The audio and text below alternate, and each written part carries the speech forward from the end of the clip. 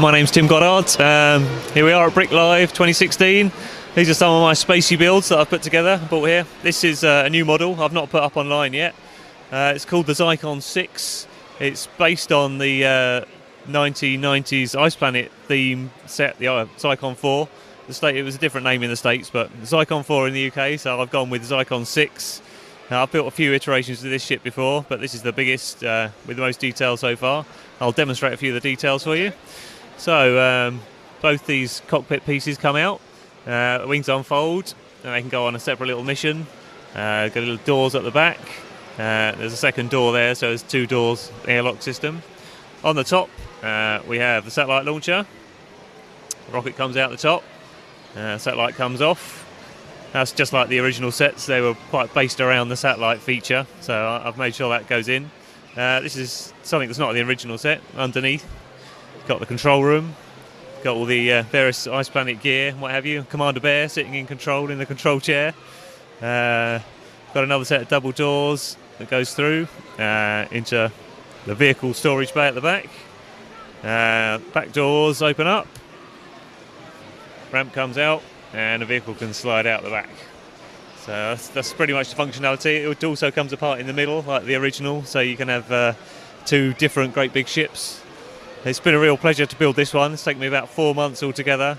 I've had a few times where I've reached builder's block and I had to put it on the shelf and just left it there and came back to it, but I'm really happy with how it's come out. So I'll have to take some decent pictures, put it up online.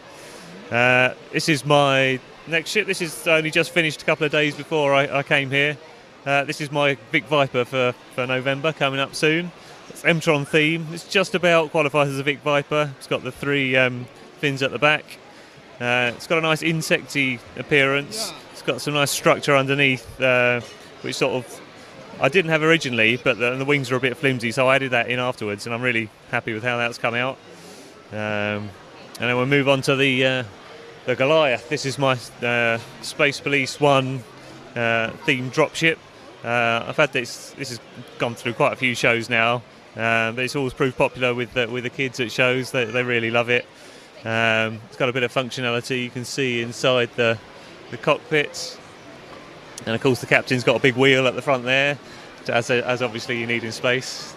The top panel comes off as well, so you can see inside. There's no ships in there at the moment, but it's a nice big hangar. It can hold mechs and tanks and various different things.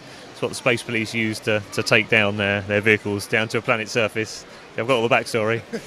And the little doors at the side there. So there we go. That's my space-themed models for this show so far. Yeah, those are amazing, and I love that. So all three of those then are based off of like official Lego space themes throughout the last 2 or 3 decades here? Yeah, the stuff that I grew up with. Yeah, the Ice Planet, M-Tron, and Space Police.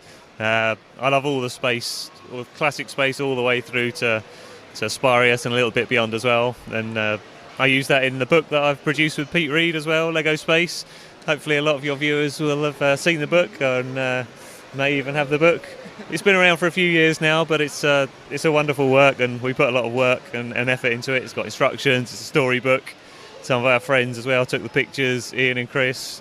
Drew's put a few models in there as well, but it's our homage to our childhood sets that we had.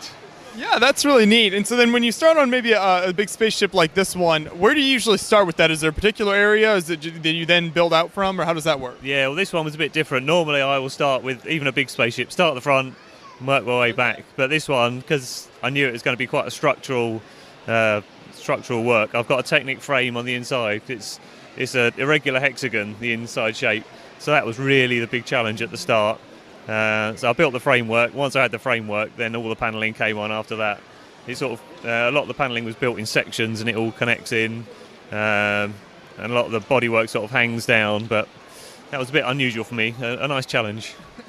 Yeah, and so when you work on these kind of ships, do you usually build for strength so you can move them around to shows and stuff, or is it kind of easy to break these apart and it just looks really good if you're photographing it or something? Yeah, I'm not particularly brilliant at building with structure necessarily, but these ones have come out pretty sturdy actually. The Technic frame holds this one together quite nicely.